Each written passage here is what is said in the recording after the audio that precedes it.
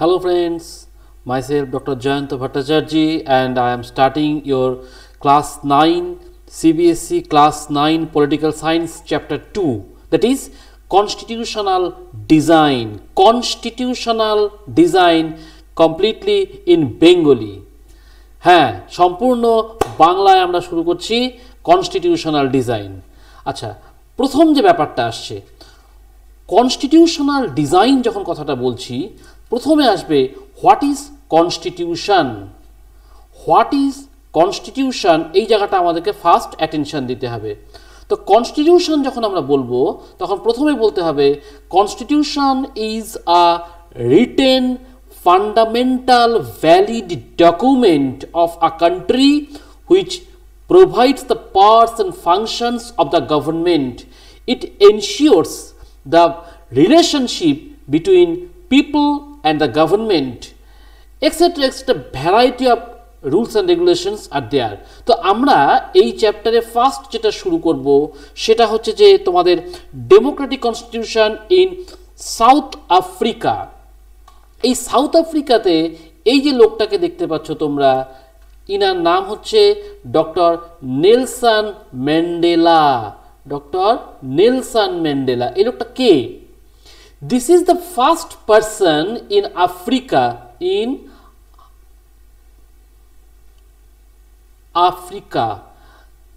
এই আফ্রিকাতে এই লোকটা প্রথম মুভমেন্ট শুরু করলো কিসের? Against apartheid. এই apartheid, what is apartheid? Apartheid is a policy of racial segregation, অর্থাৎ সেইখানকার যে লোকগুলো আছে সেই লোকগুলোকে তাদের socio economic political all rides থেকে তাদেরকে ডিপ্রাইভ করে রাখে। সেই রাইটসটাকে যাতে রেস্টোর করা যায়, সেই কারণে কিন্তু doctor Nelson Mandela first movement শুরু করেন এবং African national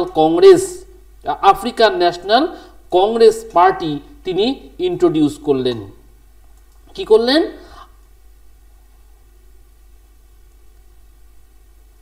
African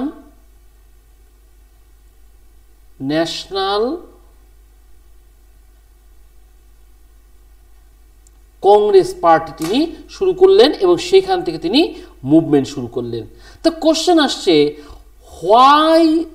what were the reasons for this struggle? Why they were struggling? Because they were not in position to accept their socio economic political rights. তোমরা খুব ভালো করেই জানো, ইন্ডিয়াতে যখন আমাদের কলোনিয়াল রুলার্স ছিল, তখন কিন্তু আমাদের কোনো সে ছিল না। Whatever they were thinking for ourselves, that was our policy. In the same thing happen with Africa, South Africa. এই সাউথ আফ্রিকাতে doctor Nelson Mandela for the first time তিনি প্রপার ওয়েতে একটা মুভমেন্ট করলেন, যাতে কিনা আমরা কনস্টিটিউশন বসাতে পারি এবং we can drive away this policy of apartheid. They wanted to give it up, this policy of apartheid. সেই কারণে তারা স্ট্রাগল করলো এবং Nelson Mandela 27 years plus he remained in imprisonment. এই 27 years পর তিনি যখন বের হলেন, he became the first independent president of South Africa after depowering the colonial government. এই যে কনস্টিটিউশন নিয়ে বলছি, তো ফার্স্ট আসলো why do we need constitution? Why do we need? First thing হচ্ছে it generates a degree of trust and coordination that is necessary for different kind of people to live together. তাহলে কি করলো? It generates a degree of trust and coordination. এইটা কিন্তু খুব essential. Constitution যখন চালু হলো তখন আমরা এই জিনিসটা দেখলাম, মানুষের মধ্যে এইটা চালু হলো। তারপরে কি বললো? it specifies how the government will be constituted, how the government will be constituted, কি করে গভর্নমেন্ট ফর্ম করবে সেটাও কে বলে দিচ্ছে না কনস্টিটিউশনটা বলে দিচ্ছে। তারপরে কি বলছে না এখানে বলল it lays down the limits on the power of the government, গভর্নমেন্টের পাওয়ারটাকে লিমিট করে দেওয়া হচ্ছে, and tells us what the rights of the citizens are, সেখানে পরিষ্কার বলে দেওয়া হলো যে তুমি গভর্নমেন্ট ফর্ম করলে ঠিক আছে, কিন্তু তুমি যা খুশি তাই করবে তা কিন্তু হবে না, তোমাকে যেটা বলা হবে কনস্টিটিউশন যেটা বলে দেবে you have to do in that way, এর বাইরে তুমি যেতে পারবে না। আর একটা বললো কি ইট expresses the aspirations of the people about creating a good society, any kind of society we are not suppose to allow, আমরা কি করব গুড সোসাইটিকে এস্টাবলিশ করব, সেইটা করতে গেলে কি করতে হবে না সেইটা করতে গেলে আমাদেরকে কনস্টিটিউশনকে ফলো করতে হবে, সেই এতগুলো কাজ করার জন্য কিন্তু আমাদের দরকার কনস্টিটিউশন। আমরা যখন ইন্ডিপেন্ডেন্ট ছিলাম না তখনও কিন্তু আমাদের এই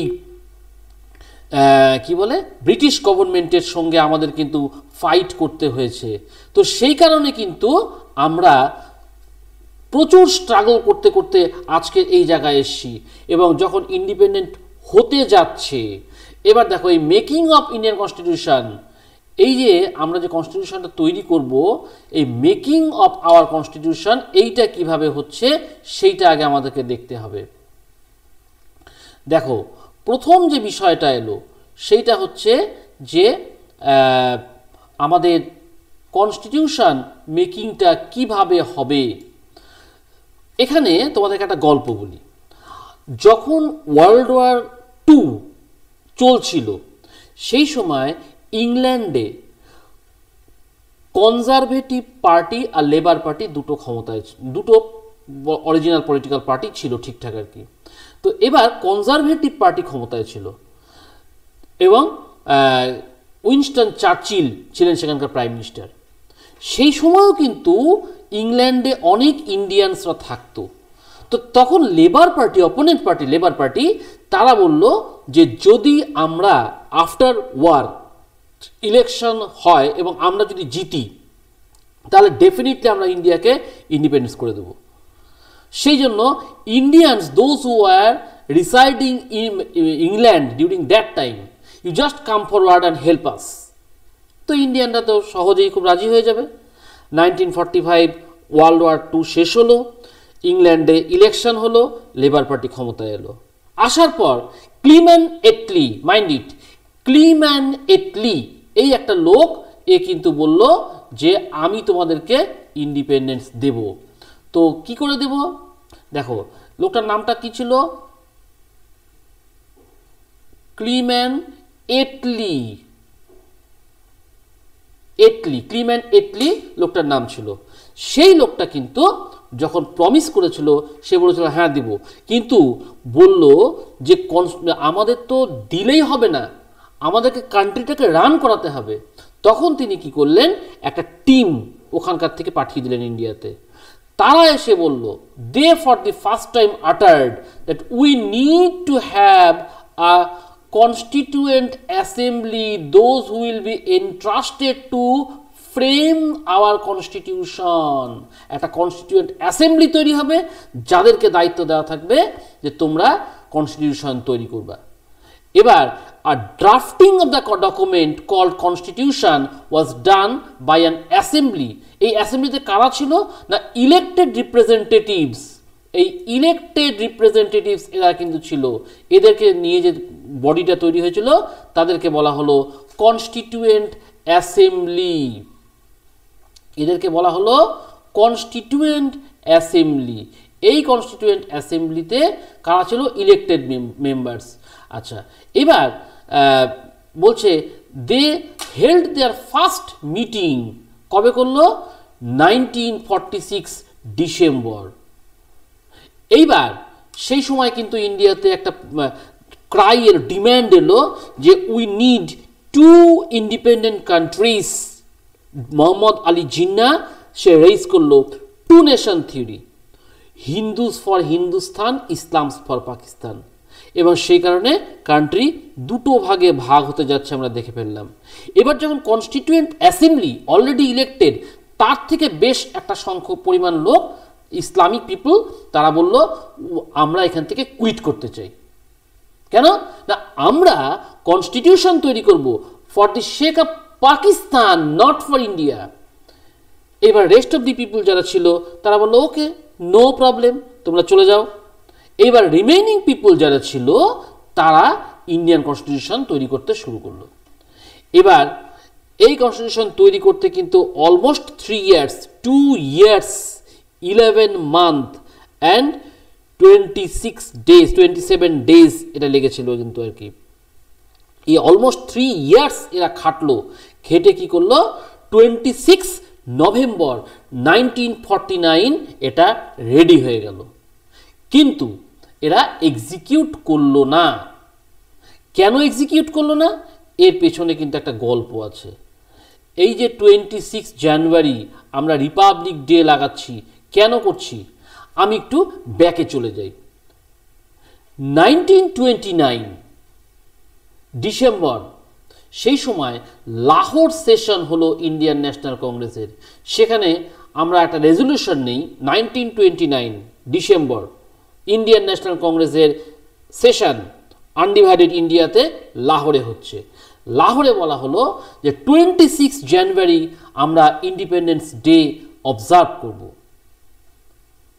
তখন নির্দিষ্ট দিনে ইন্ডিয়ানরা সব লাহোরে রাবি নদীর পাশে গেল, সেখানে ইন্ডিয়ান ফ্ল্যাগ হোস্ট করলো, ট্রাইকালার, জনগণমন হলো, বন্দে মাতরম হলো। কিন্তু ব্রিটিশরা জানতে পেরে সমস্ত তছনছ করে দিল। তখন থেকে ইন্ডিয়ানদের একটা টার্গেট ছিল যে এই 26 January should be our independence day. কিন্তু দেখা গেল যে যখন আমরা এই কাজটার জন্য এগিয়ে যাচ্ছি, অর্থাৎ এই পিরিয়ডটা কিন্তু এখনো আসা বাকি আছে, 26 জানুয়ারি আসা তখনও বাকি আছে। কারণ 26 নভেম্বর 1949 আমরা কিন্তু এটা করে ফেলেছি। তখন আমরা চিন্তা করলাম আমরা ওয়েট করব ফর 2 months, ওয়েট করে আমরা 26 জানুয়ারিতে কনস্টিটিউশনটা ইন্ট্রোডিউস করে দেব এবং বলবো রিপাবলিক ডে। সেই জন্য আমরা এই দিনটাকে বেছে নিলাম। তাহলে কনস্টিটিউশন তৈরি হয়ে গেল কনস্টিটিউয়েন্ট অ্যাসেম্বলির দ্বারা 26 নভেম্বর 1949। এটা কিন্তু অনেক সময় অবজেক্টিভ আকারে আসে, কিন্তু কেম ইনটু এফেক্ট 26 জানুয়ারি 1950। কারণটা তোমাদেরকে একটু আগে আমি বললাম। এইবার আমরা আসছি why should we accept the constitution made by this assembly. কেন আমরা অ্যাকসেপ্ট করব? হোয়াই শুড উই অ্যাকসেপ্ট, কেন করব? কিছু নিশ্চয় কারণ ছিল। কারণটা কি? ফার্স্ট হচ্ছে আমরা বলবো the reason for accepting the constitution is the constituent assembly represented by the people of India. Mind it, এর আগের যে লগুলো তৈরি হচ্ছিল মেজরিটি কিন্তু ব্রিটিশ পিপুলদের ছিল। এইখানে this is for the first time শুধুমাত্র ইন্ডিয়ান পিপুলদের দিয়ে কিন্তু কনস্টিটিউয়েন্ট অ্যাসেম্বলিটা তৈরি হলো। তারপরে কি বলছে? The constituent assembly worked in a systematic, open and consensual manner. সব কিছু কিন্তু আমরা মেনে ঠিকঠাকভাবে চলছি সিস্টেমেটিক ওয়েতে, এবং ওপেন থাকছে, সবার সঙ্গে ডিসকাশন করা হচ্ছে। তারপরে কি বলছে?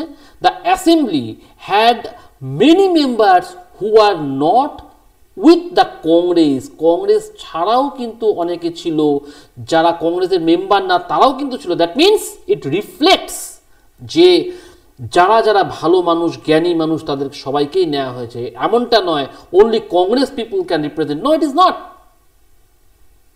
ইচ অ্যান্ড এভরি ওয়ান, যে ভালো লোক, who have the knowledge, you can come. তারপরে কি বলছে? The assembly represented members from different social groups.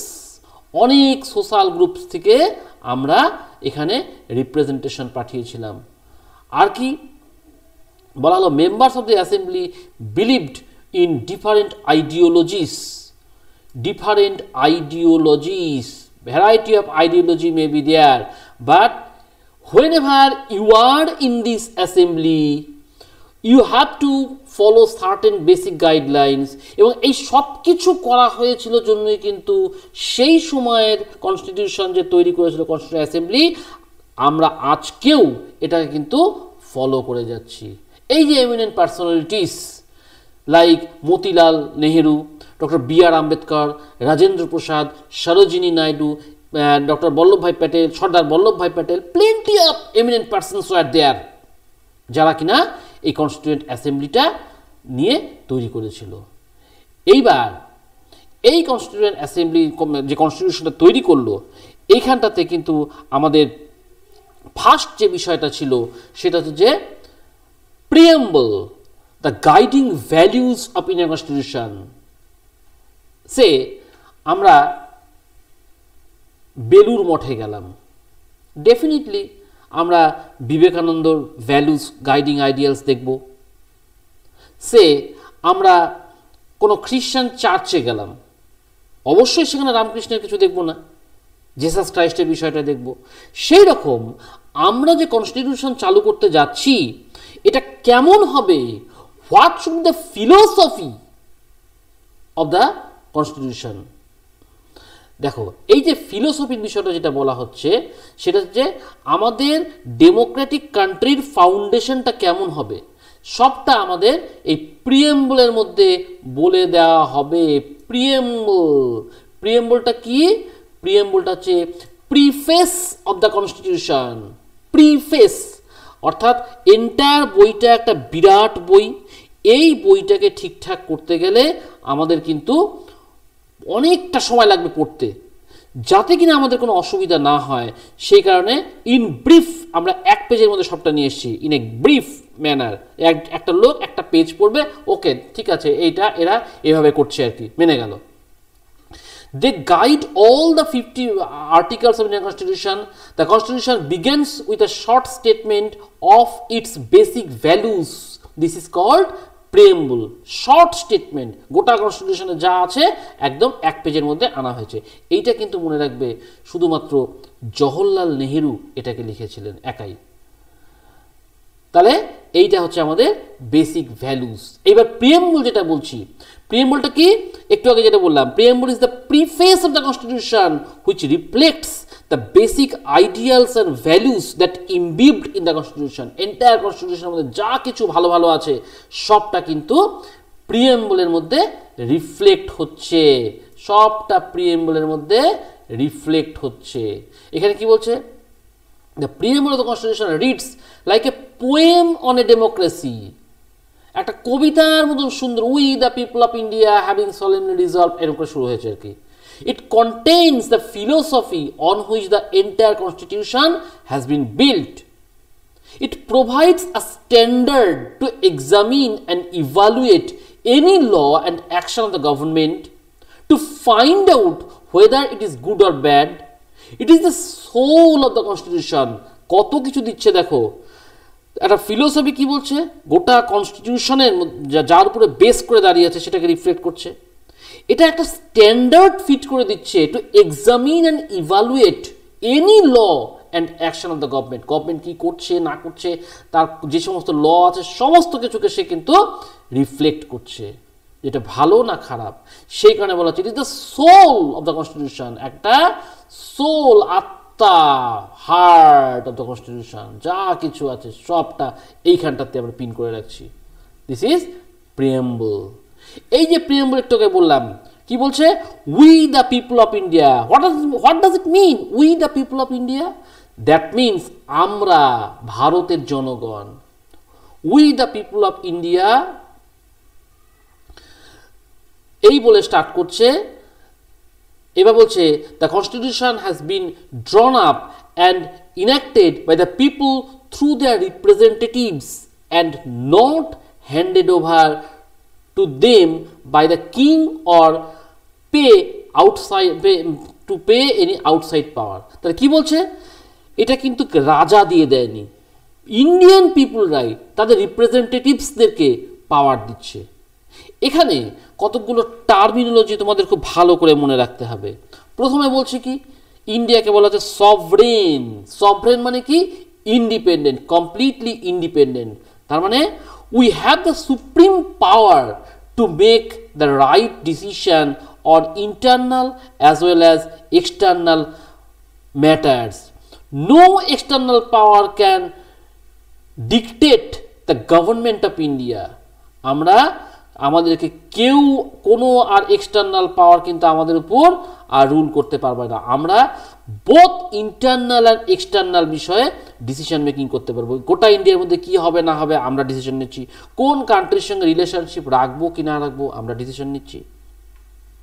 আমরা মানে the representative of hours, that is ministers. এখানে সভরেন সোশ্যালিস্ট। সোশ্যালিস্ট কি? Wealth is generated socially and should be shared equally by the society. Shared equally by the society.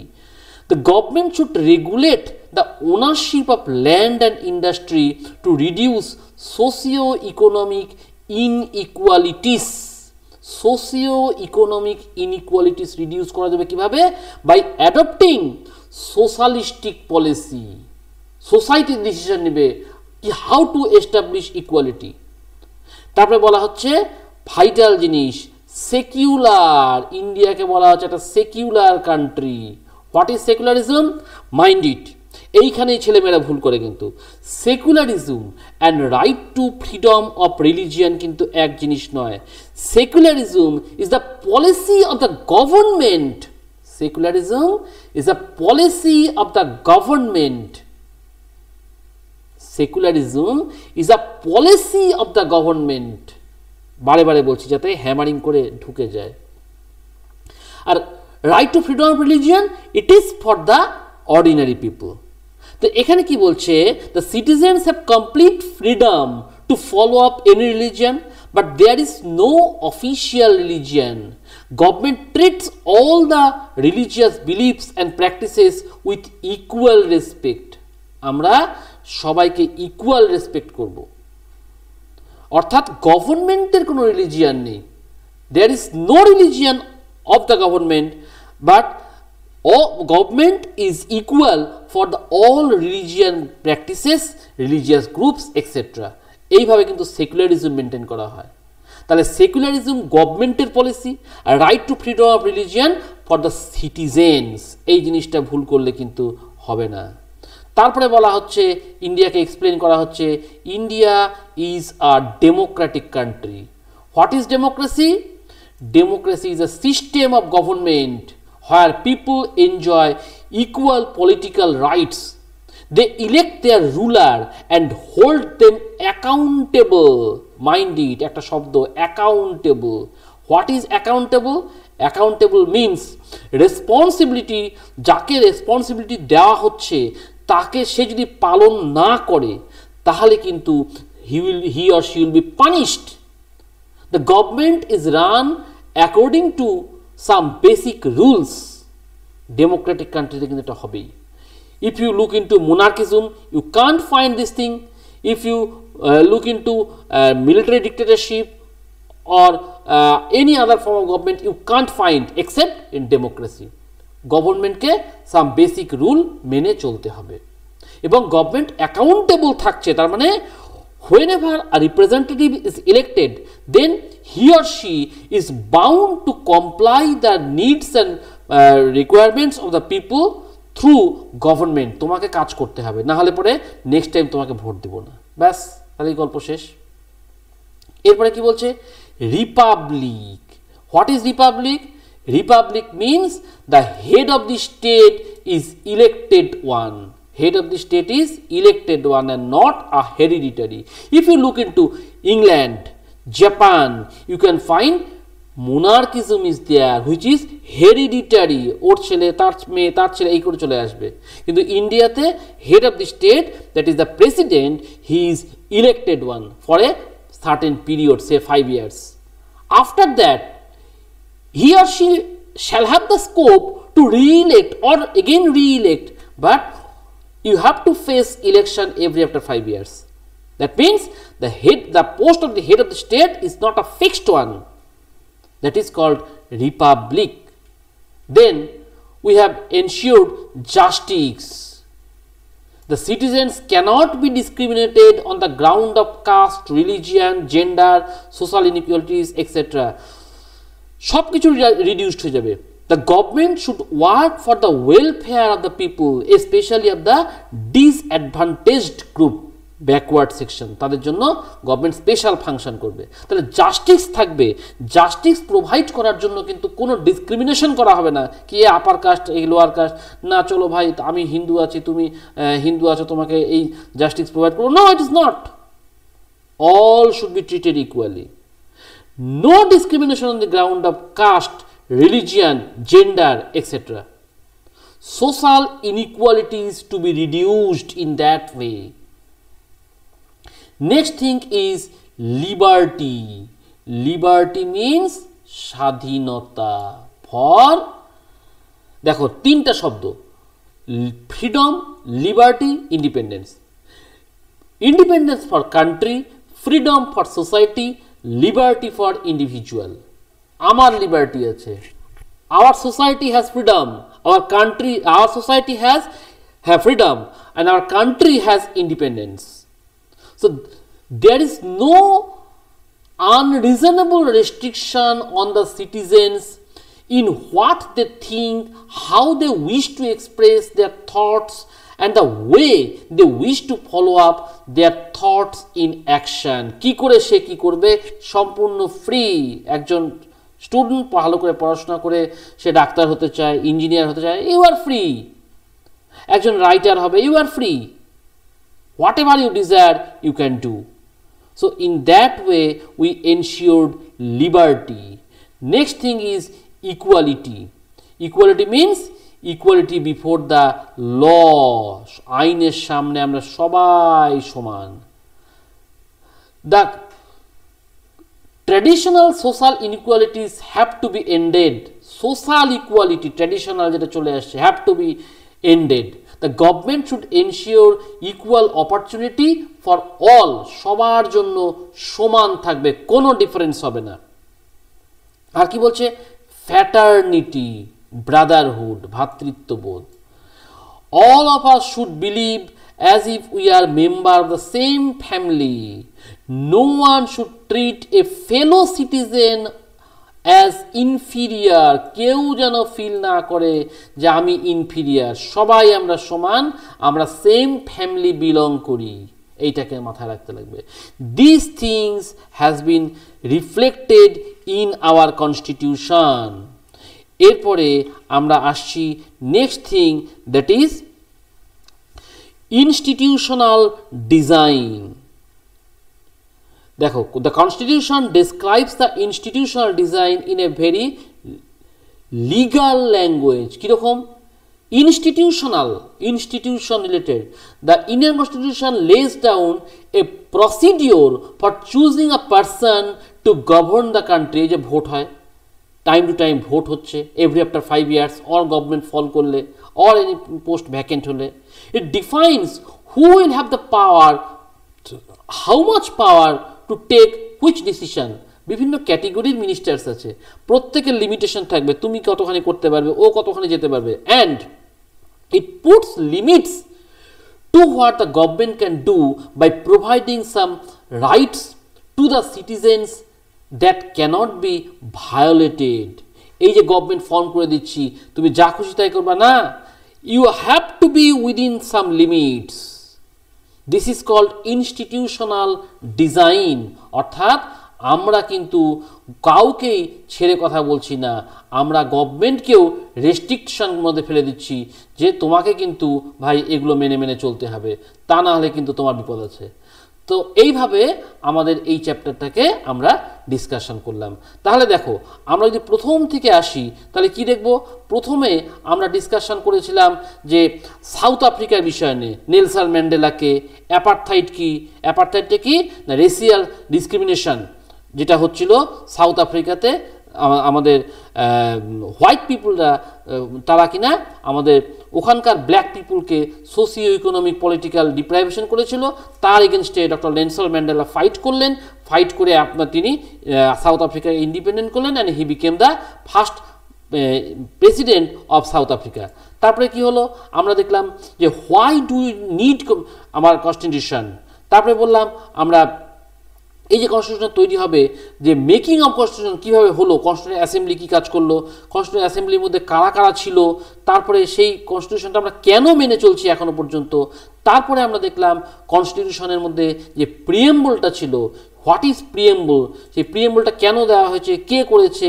তারপরে প্রিএম্বলের মধ্যে যে শব্দগুলো আমরা পেলাম, sovereign, socialist, secular, Democratic, Republic, একটা একটা করে আমরা কিন্তু ধরলাম। তারপরে কি বললাম, জাস্টিস, ইকুয়ালিটি, ফ্র্যাটার্নিটি, এগুলো ডিসকাশন করলাম। তারপরে আমরা আসলাম ইনস্টিটিউশনাল ডিজাইন, অর্থাৎ যাকে আমরা পাওয়ার দিচ্ছি সেই পাওয়ারটা সে ইউজ করার পর্যায়ে আছে কি না, তাকে কোন কোন গাইডলাইন মেনে চলতে হবে, এইগুলো কিন্তু তাকে ঠিকঠাক করে দেখতে হবে, তা না হলে কিন্তু মুশকিল আছে। এবং যে পাওয়ারে যাচ্ছে he is not absolute one, তাকেও লিমিটেশনের মধ্যে চলতে হবে। This is called institutional design. Clear? তো এই হচ্ছে আমাদের চ্যাপ্টারটা ইন ব্রিফ। তো তোমাদের যদি চ্যাপ্টারটা ভালো লেগে থাকে তোমরা অবশ্যই একটা লাইক দিবে এবং সাবস্ক্রাইব করবে, এবং যা কিছু মনে হলো যে না এটা আমাদের শেয়ার করা দরকার, এটা আর একটু ভালো হলে ভালো হতো, বা এই জায়গাটা ঠিক আছে বা খারাপ হয়েছে, তোমরা আমার কমেন্ট বক্সে কমেন্ট করবে এবং অবশ্যই শেয়ার করবে বন্ধুদের সঙ্গে। এবং আশা করি তোমাদের ক্লাসটি ভালো লেগেছে। আমি এর মধ্যেই তোমাদের নেক্সট যে টপিকটা আছে সেটাকে তুলে নিয়ে আসবো। আজকে এখানে শেষ করছি। Thank you.